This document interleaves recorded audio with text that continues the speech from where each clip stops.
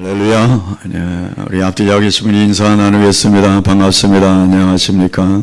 한 주 동안 잘 지내셨나요? 네, 반갑습니다.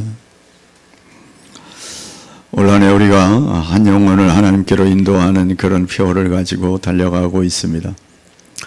하나님께서 우리에게 말씀하신 지상 최대의 명령이다 우리가 알고 달려가는 중에 올 한 해 두 차례 기회를 가지려고 합니다. 첫째는 부활주의를 맞이해서, 그때도 안 된 분들은 추수감사주의를 맞이해서, 부활주일은 4월 둘째 주일인가 이렇게 될 것 같습니다. 한 달 조금 더 남았는데 잘 준비하셔서 꼭 이번에 한 영혼을 건지면 좋겠습니다. 추수감사주일도 있네, 그때까지 해야지, 여유를 가지신 분들 계시겠지만 지금부터 열심히 준비하시면 좋겠습니다. 오늘 우리가 읽은 말씀에 제목이 있듯이 긍휼이 풍성하신 하나님, 말만 들어도 얼마나 가슴이 푸근해지는지 모릅니다. 긍휼이 풍성하신 하나님. 오늘 본문이 말씀하시는 것은 하나님의 은혜에 대한 말씀입니다. 바울은 우리가 읽은 4절 이후 말고 1절부터 3절까지의 예수님을 믿기 전의 모습을 소개합니다.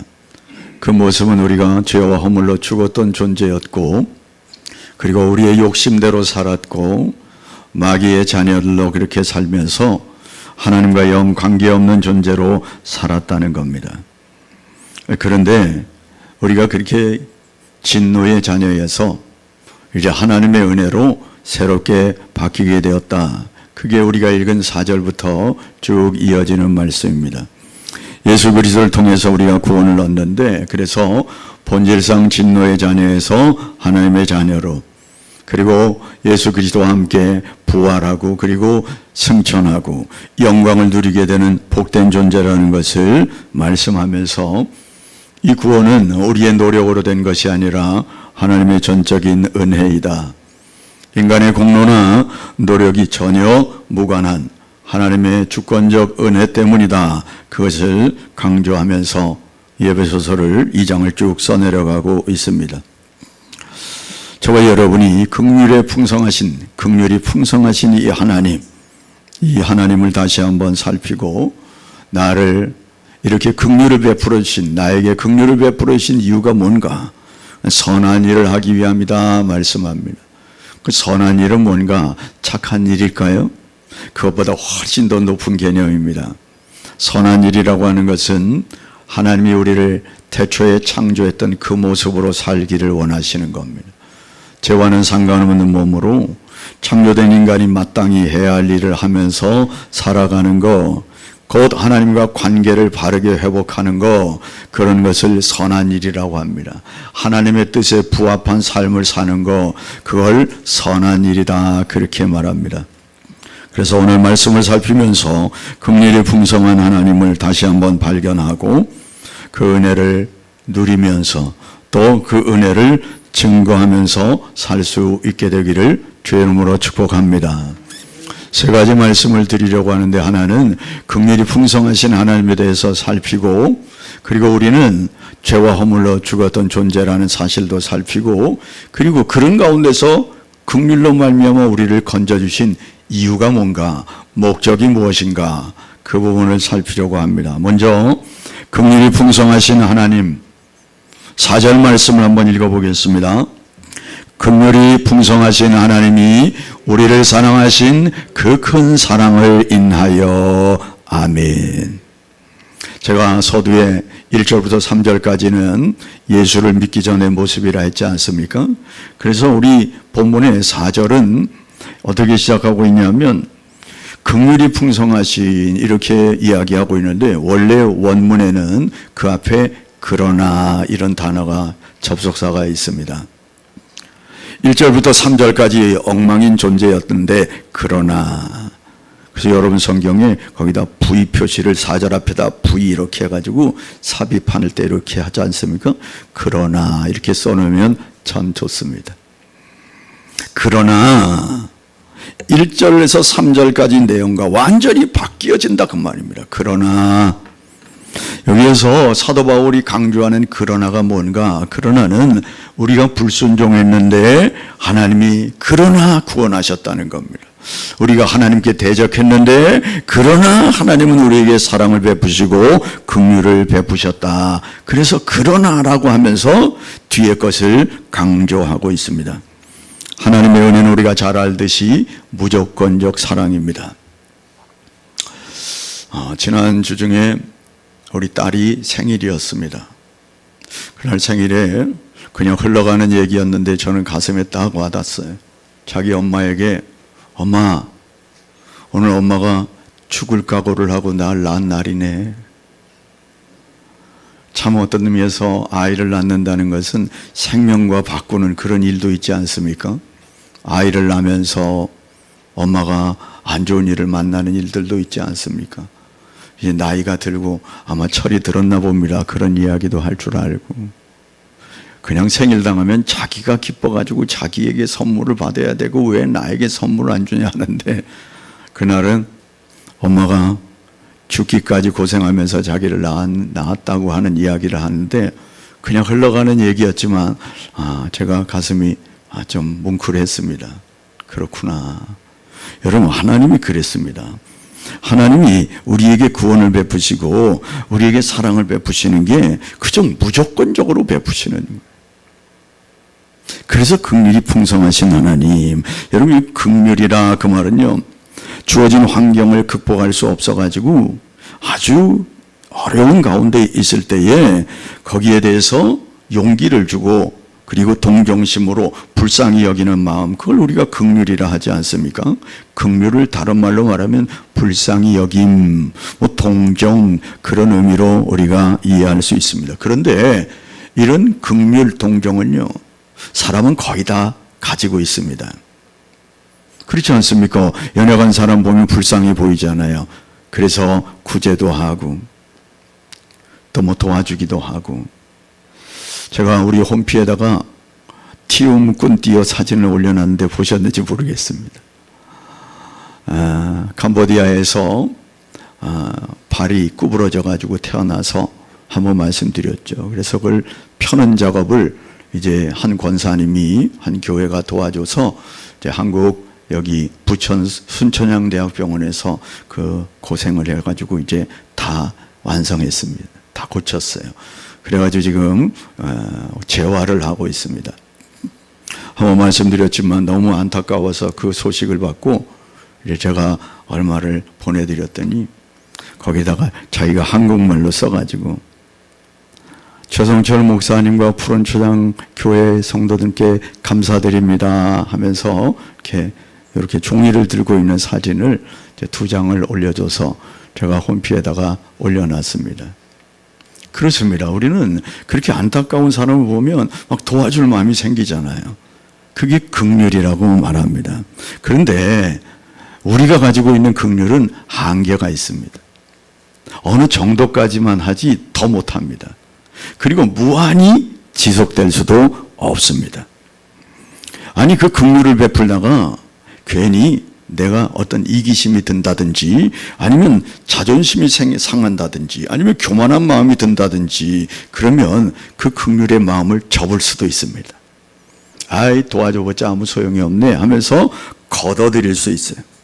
여러분, 그런데 하나님의 긍휼은 그렇지 않습니다. 하나님은 마음이 넓으신 분이에요. 여러분, 긍휼도 마음이 넓은 것과 좁은 것과 비례할 수 있습니다.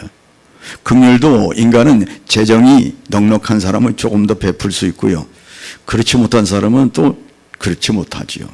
이렇게 인간은 제한적이고 한계적이지만 하나님은 그런 분이 아니라는 거예요.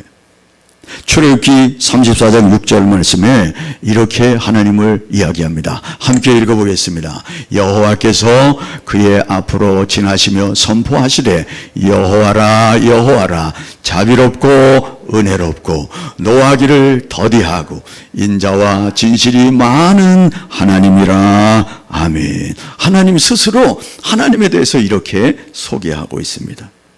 얼마나 감사한지 몰라. 자비롭고 은혜롭고 노하기를 더디하고 인자와 진실이 많은 하나님이라고요. 우리 하나님의 긍휼은 이와 같은 것입니다. 그래서 신약 성경을 우리가 찾아보면 물론 구약에도 많이 있지만 세리도 장녀도 그리고 살인 강도도 용납합니다. 주님께서 70번씩 70번이라도 용서하시는 주님임을 말씀하지요. 마태복음 18장 22절 말씀입니다. 예수께서 이르시되 내게 이르노니 7번뿐만 아니라 7번을 70번까지라도 할지니라. 아멘.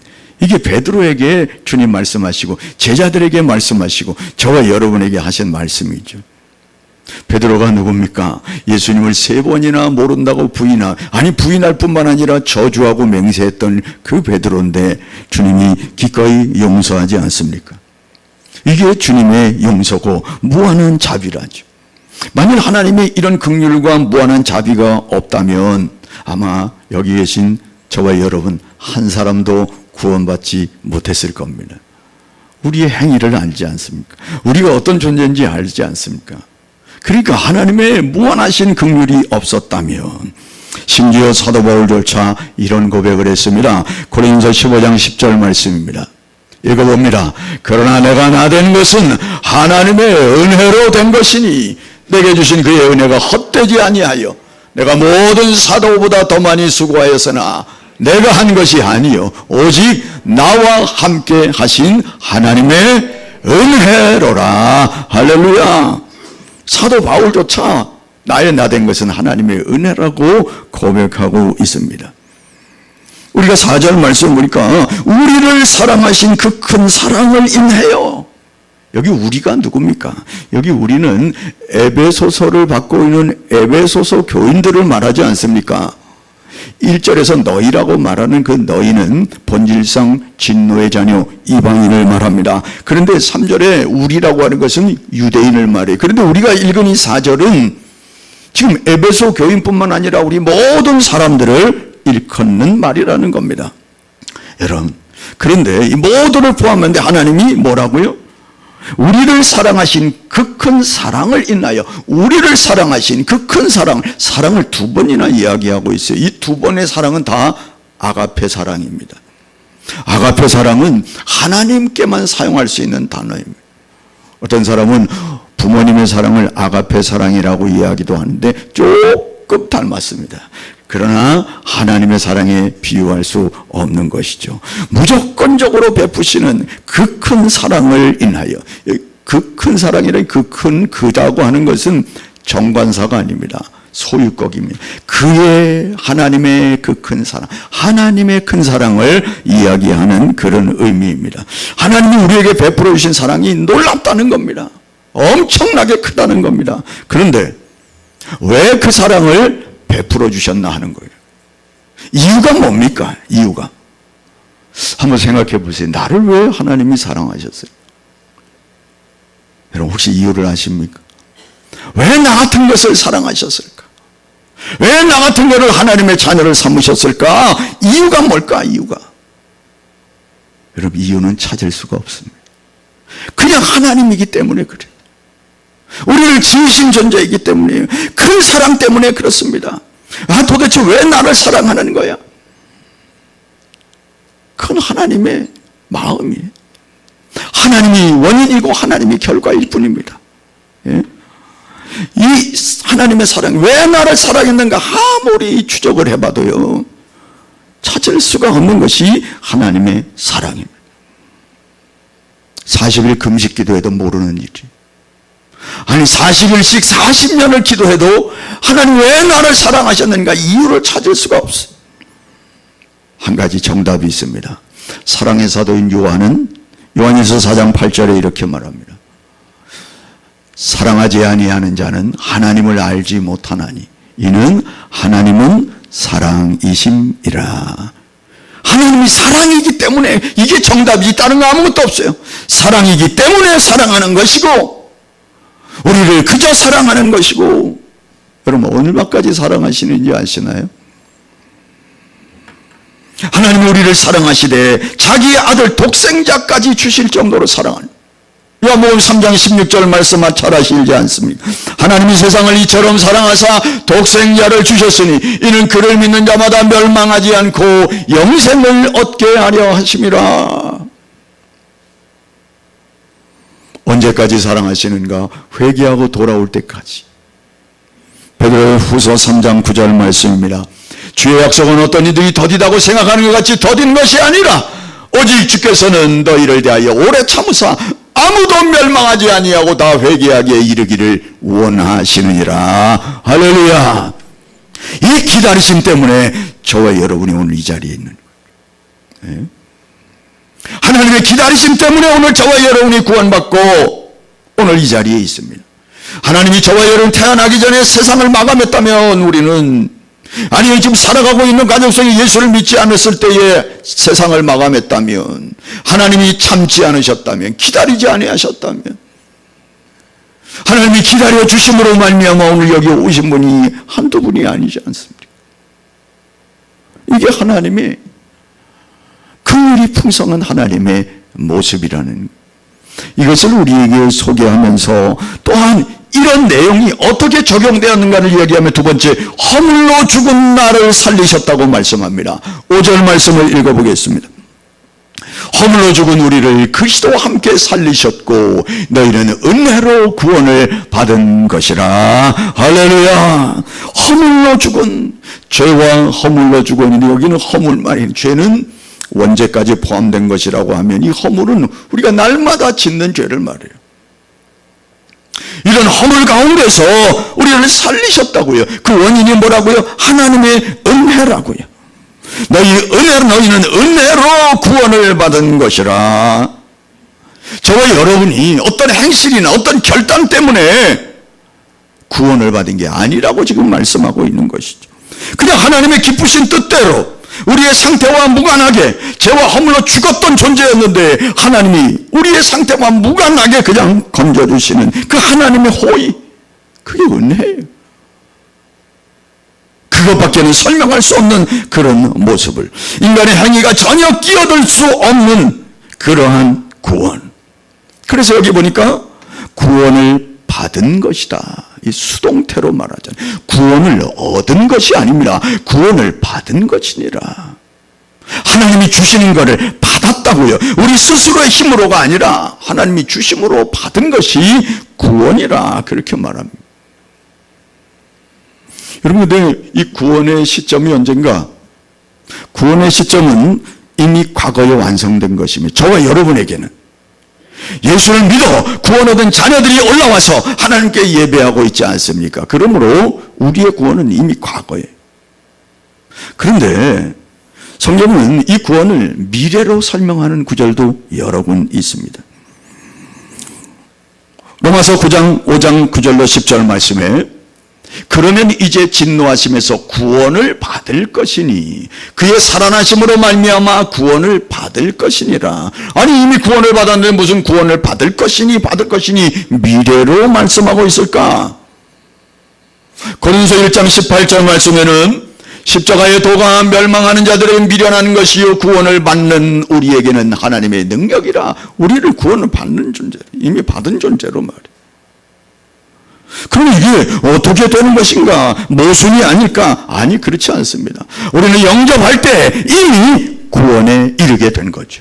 죄와는 관계없이 죄와의 관계가 끊어지고 이제 하나님과의 관계가 회복된 것이 영접함으로 말미암아 이루어지는 것입니다. 그리고 장차 그분이 재림하실 때에 우리는 영화롭게 그분 앞에 이르게 될 겁니다. 그게 재림과 심판으로 말미암아 우리에게 주어질 완전한 구원을 말하죠. 그래서 이 구원을 학자들은 이미와 아직으로 설명합니다. Already, not yet. 그렇게 설명합니다. 이미 구원을 얻었지만 아직은 완성된 구원을 받지 못했다. 완성된 구원은 심판과 재림일 때 이루어질 것이라고 말씀합니다. 여러분, 하나님의 긍휼은 저와 여러분이 허물 가운데 죽었는데 나를 살리셨다는 겁니다. 이게 우리의 구원과 다른 거예요. 우리의 긍휼과 다른 겁니다. 우리의 긍휼은 그저 불쌍히 여기는 정도고 그저 적선하는 정도고 그저 위로하는 정도이지만 하나님의 긍휼은 죽은 나를 살리시는, 완전히 변화시키는 긍휼을 우리에게 보여준다는 거예요. 삶의 완전한 변화, 완전히 뒤바뀐 그런 긍휼을 우리에게 베풀어 주신다는 것이죠. 로마서 6장 4절 말씀입니다. 아버지의 영광으로 말미암아 그리스도를 죽은 자 가운데서 살리심과 같이 우리도 또한 새 생명 가운데 행하게 하려 하심이라. 저와 여러분을 구원한 새 생명 가운데, 옛날 생명이 아니라 그 긍휼은 새 생명으로 바꾸어지는 긍휼이라고 말합니다. 고린도서 5장 17절 말씀입니다. 그런즉 누구든지 그리스도 안에 있으면 새로운 피조물이라고. 이전 것은 지나갔으니 보라 새 것이 되었도다. 이 하나님의 긍휼의 결과라는 거예요. 죄와 허물로 죽었던 존재를 완전히 뒤바꿔 놓는 긍휼, 이게 하나님의 긍휼, 진정한 긍휼이라고 하는 거죠. 여러분, 성경은 많이 증거합니다. 예수님의 12제자가 이와 같은 은혜를 받게 되었습니다. 사마리아 수가성의 여인이, 삭개오가, 사도 바울이, 저와 여러분이 이런 은혜를 받게 된 것이죠. 예전 것은 지나가고 새로운 존재가 되어진, 그것뿐만 아닙니다. 6절 말씀을 보니까 또 함께 일으키사 그리스도 예수 안에서 함께 하늘에 앉히시니, 저와 여러분을 그리스도 안에서 함께 일으키고 그리고 하늘나라에 앉히시니, 아직 안침을 받지 못했지만 안침과 동일한 은혜가 있게 된다는 겁니다. 이 사실을 너무나 모르니까 사도 바울이 에베소 교인들을 향하여 하나님께 간절히 기도하는 내용이 있습니다. 그게 뭐냐? 에베소 1장 18절 19절 말씀이에요. 사도 바울의 마음입니다. 너희 마음의 눈을 밝히사, 사도 바울이 에베소 교인들을 향한 기도예요. 읽어보겠습니다. 너희 마음의 눈을 밝히사 그의 부르심의 소망이 무엇이며 성도 안에서 기업의 영광의 풍성함이 무엇이며 그의 힘의 위력으로 역사하심을 따라 믿는 우리에게 베푸신 능력이 지극히 크심이 어떠한 것을 너희로 알게 하시기를 구하노라. 너무 모르는 거죠. 하나님의 부르심의 소망이 무엇인지, 하나님의 영광의 풍성함이 무엇인지, 하나님이 지극히 크심이 어떠한지, 능력이 크심이 모르니까 너무 안타까운 마음 가지고 사도 바울이 기도를 하고 있습니다. 여러분, 저와 여러분이 하나님의 은혜 가운데 살리실 뿐만 아니라 하나님 나라에 앉히심을 받는 그런 은혜를 받게 되었다고요. 갈라디아 6장 14절 말씀입니다. 그러나 내게는 우리 주 예수 그리스도의 십자가 외에는 결코 자랑할 것이 없으니 그러므로 그리스도로 말미암아 세상이 나를 대하여 십자가에 못 박히고 내가 또한 세상을 대하여 그러하리라. 아멘. 하나님의 은혜로 우리가 죄와 허물로 죽었던 존재에서 살림을 받아가지고 하늘에 앉혔다. 그 말은요, 지금 하나님과 교제하고 있다, 그런 의미예요.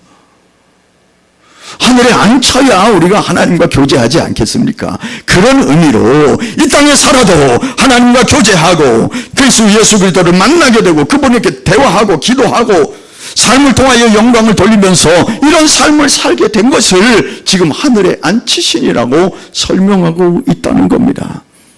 저와 여러분이 이런 은혜를 받게 되었어요. 세상 사람들은 하나님과 교제할 수 없습니다. 세상에 많은 사람들은 하나님이 계심도 모르고 있는 분이 얼마나 많습니다.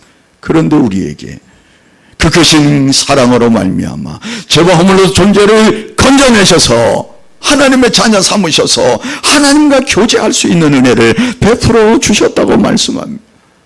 이게 허물에서 우리를 살리신 이유라는 거죠. 마지막으로, 그럼 왜 그랬는가? 왜 죄와 허물에서 건져내셨나? 왜 오늘 하나님과 교제하며 살 수 있게 하셨나? 이유가 있지 않겠습니까? 7절 말씀입니다. 읽어보겠습니다. 이는 그리스도 예수 안에서 우리에게 자비하심으로써 그 은혜의 지극히 풍성함을 오는 여러 세대에 나타내려 하심이라. 할렐루야. 여기 이는이라고 있잖아요. 이는. 그 앞에 것을 다 받는 거잖아요. 이는. 하나님이 그 큰 사랑으로 긍휼로 우리를 죄와 허물에서 건져낸 이유는 그 말이에요. 이유가 있다. 이유는 뭐라고요?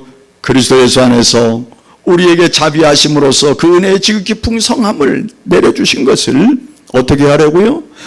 목적 있잖아요. 내려, 나타내려. 이게 목적이에요. 나타내려 하심이라. 누구에게? 오는 여러 세대에게. 저와 여러분에게 주시는 메시지입니다. 여기에 포커스가 있습니다. 오는 여러 세대에게 나타내려고 우리를 건지시고 우리에게 풍성한 은혜를 베푸시고 오늘까지 하나님과 교제할 수 있도록 그렇게 만들어 주셨다는 겁니다. 이유는 이것을 위하여, 무엇을 위하여? 나타내려고, 나타내게 하려고. 할렐루야. 저와 여러분이 은혜 받은 이유를 말하고 있어요. 무조건적인 사랑을 베풀어 주신 이유가 있다. 나타내려고, 나타내게 하려고. 누구에게? 오는 여러 세대에게. 여기 나타내다 그 말은 드러내다라는 의미도 있지만 그것보다 훨씬 더 높은 개념입니다. 법적인 용어로서 공포하게 하려고, 그런 뜻입니다. 하나님이 우리를 구원하신 이유가 여러 오는 세대에게 공포하게 하려고. 하나님의 은혜가 이런 것이다. 예수 그리스도가 나를 위해 십자가에 달려 돌아가신 것이다. 이런 일들을 공포하도록 하기 위해서 우리에게 그런 은혜를 베푸셨다. 그 말은요, 우리뿐만 아니라 오는 여러 세대를 주님이 사랑하신다는 그런 의미잖아요. 그들도 이 공포를 받고 예수 그리스도를 영접하도록, 예수 그리스도를 믿고 하나님의 자녀가 되도록 그 일을 위해서 우리에게 먼저 베풀어 주셨다. 그런 의미를 담고 있는 건 아니겠습니까? 여러분, 저와 여러분의 모습을 보면 참 할 말이 없어요. 어떤 때 기분 좋을 땐 참 하나님의 자녀가 된 것 같고, 어떤 때는 야, 저 사람 예수 믿는 사람 맞아? 그럴 정도로 툭 떨어질 때도 있고 말이죠. 여러분, 그런데도 불구하고 여전히 사랑하시는 그 하나님의 사랑은 도대체 뭘까? 아마 세상 사람이 야, 예수 믿는 사람들이 뭐 저래. 그럴 때 할 말이 있습니다. 예수 믿으니까 이 정도야. 예? 물론 그렇게 말하면 안 되지만 그럼에도 불구하고 나를 사랑하시는 그 하나님. 여러분, 우리가 아브라함을 생각할 때 아브라함은 믿음의 조상이고 이신득의의 시작이다. 믿음으로 말미암아 구원에 이른다. 이 아브라함의 가장 표상이지 않습니까? 아브라함, 믿음의 조상. 여러분, 그런데 여기에 끝나면 안 됩니다. 아브라함에게 하나님이 나타나셔서 이 땅을 내게 주리라 말씀하셨어요. 4대 만에 이방의 객이 되어서 4대 만에 돌아와서 이 땅을 내게 주겠다, 그렇게 말했는데요, 아브라함이 살 동안은요 그 땅에 한 평도 없었습니다. 아무것도 없었어요. 아브라함은 그저 나그네로 가나안 땅, 하나님이 주신 그 땅에서 나그네로 사는 것뿐이었어요. 여러분, 그런데 실망하지 않았습니다. 늘 눈이 반짝반짝하고요, 요즘 말로 말하면 늘 얼굴이, 입이 귀에 걸려 있고요, 힘들어도 아멘하며 찬송하며 그렇게 살았을 것이 틀림없습니다. 어떻게 압니까? 창세기 17장 4절 5절에 보면요, 하나님이 아브라함에 나타나서 뭐라냐면 내가 너를 여러 민족의 아비로 삼겠다, 그렇게 말씀합니다. 이스라엘 조상의 아비로 삼겠다 그러지 않았어요. 여러 민족의 아버지로 만들어 줄게. 아브라함에게 나타나셔서, 그래서 이 시간 너의 이름은 아브라함이 아니라 아브라함이라고 해라. 그래서 아브라함이라고 하는 이름은 여러 민족의 아버지, 그게 아브라함입니다. 그러니까 아브라함은 하나님이 나타나서 자기에게 말씀하실 때에 나는 이스라엘 조상의 아버지가 아니로구나, 나는 여러 민족의 아버지로구나, 온 세계의 아버지로구나, 그 희망을 가지고, 그 소망을 가지고 내가 누군데, 나 여러 민족의 아버지, 하나님이 그렇게 만들어 주신다고 했어.